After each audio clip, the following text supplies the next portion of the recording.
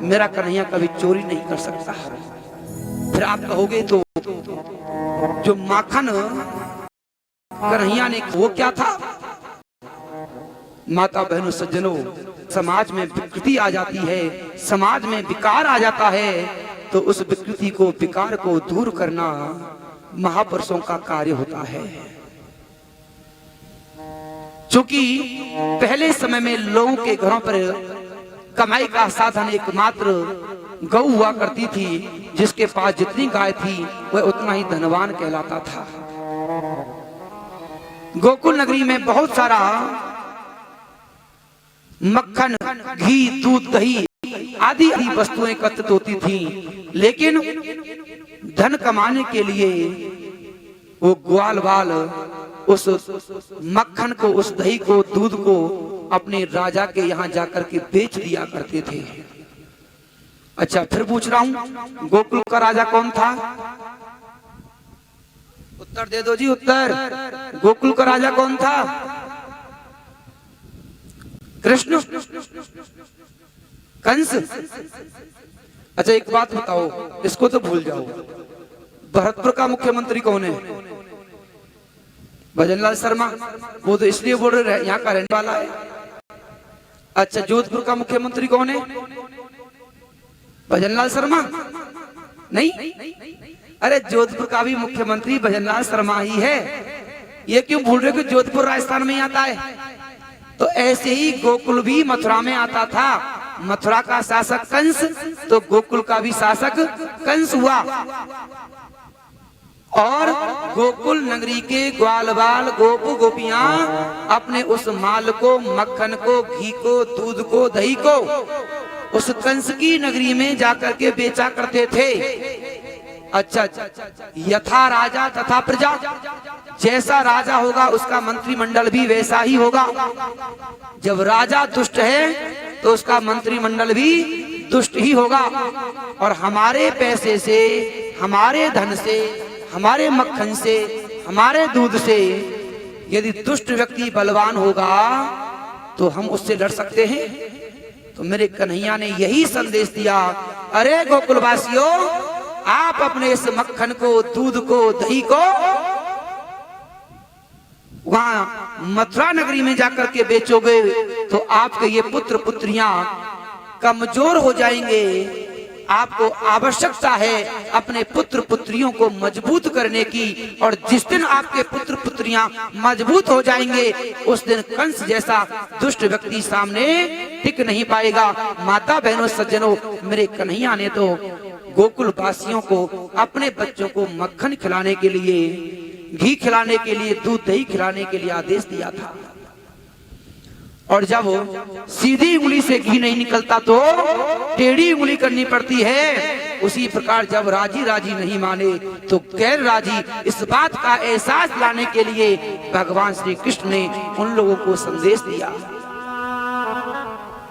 और हम अपने इस कन्हैया को चोर कहने लग गए। जिसके घर 9-9 लाख गाय रहा करती हूं, एक वक्त की रोटी होती है। हमारे घर हम बच्चों को संस्कार चोरी के नहीं देते। जिसके 9-9 लाख गाय रहा करती हो वो मक्खन की चोरी करने जाएगा? माता बहनों, कदापि संभव नहीं हो सकता। ये बात कभी हजम नहीं होती है। विचार क्या करो। मैंने प्रारंभ में ही कहा था, ये कथाएं कुछ और संदेश देना चाहती हैं। उस संदेश को समझने का प्रयास करो। कथाएं निरंतर हमें कुछ ना कुछ उपदेश देती हैं। हम उन उपदेशों को तो भूल जाते हैं, सिर्फ कथाएं, कथाओं को याद रखते हैं। तो याद रखना, कोई चोर कहे तो उसको समझाने का प्रयास करना। मेरा कन्हैया चोर नहीं था। मेरा कन्हैया तो गोकुलवासियों को सत्य का, धर्म का और अपने बच्चों को मजबूत करने का, ताकतवर बनाने का कार्य किया करता था। माता बहनों सज्जनों, एक लीला बहुत आती है, इसको आप लोग सुनते हो और सुनते चले आ रहे हो। माता बहनों सज्जनों, मैं दुस्साहस कर रहा हूं इस बात को कहने का। थोड़ा संभल करके बैठना और मेरी बात को समझने का प्रयास करना। एक घटना और हम लोगों ने विकृत रूप में प्रस्तुत कर दी कि मेरा कन्हैया चीर हरण किया करता था, चीर चोरी किया करता था। सुनाया आपने? अच्छा, किस किसने सुनाए? चीर चोरी किया करता था।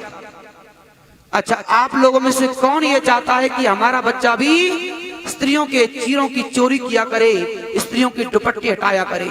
कौन चाहता है कोई चाहने वाला? स्त्री, पुरुष, भाई, बंधु, बुजुर्ग, कोई ये चाहता हो कि मेरा पुत्र, मेरी पुत्री किसी एक दूसरे के वस्त्रों को छोड़ो, मात्र दुपट्टे को खींच ले? अरे माता बहनों सज्जनों, जिसने चरित्र की रक्षा करने के लिए द्रौपदी के चीर को बढ़ा दिया, जिसने द्रौपदी के चीर की रक्षा की, भला वो किसी का चीर चोरी कर सकता है? लेकिन हमने यहां भी कथा के भाव को, लीला के भाव को गलत दिशा में मोड़ दिया।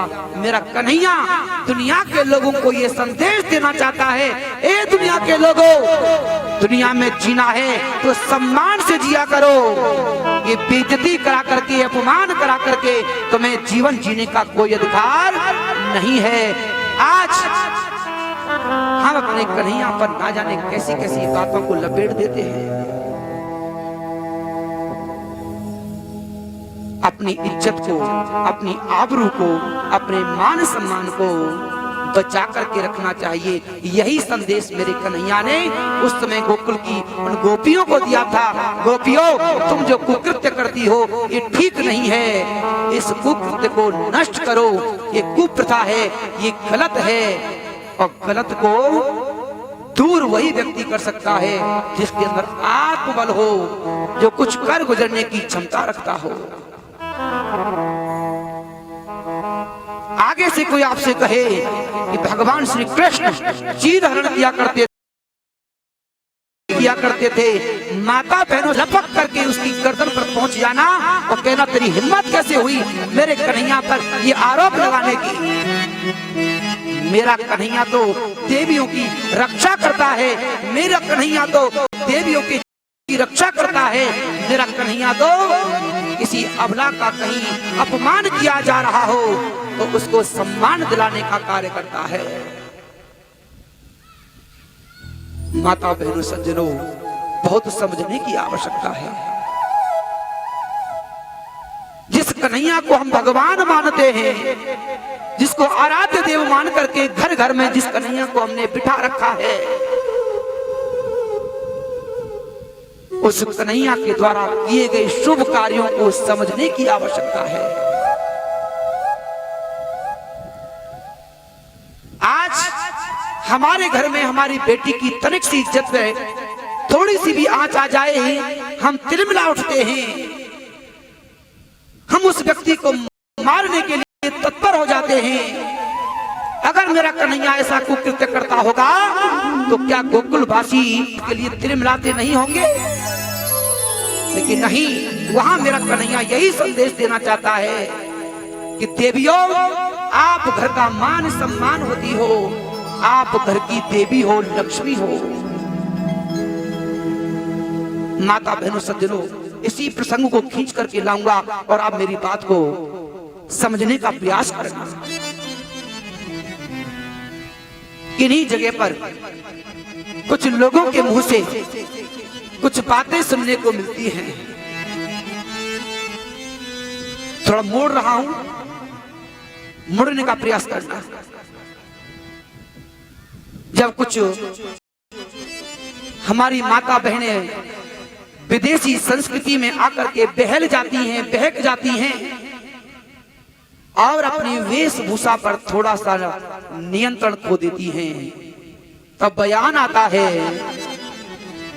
कि छोटे कपड़े पहनने से कुछ नहीं होता, आप अपनी सोच को संभाल लो। ऐसा सुना होगा, आप लोगों ने सुना होगा ना। आइए इस बात को यहाँ पुष्ट करना चाहूंगा कि हमारी माता बहनों के मान सम्मान की बात मैंने अभी यहाँ शुरू की है। एक में बालक, आप में पिछले 5 दिवस से यहाँ बैठ करके सत्य का, धर्म का, वेद का श्रीमद् भागवत का, अन्य पुराणों का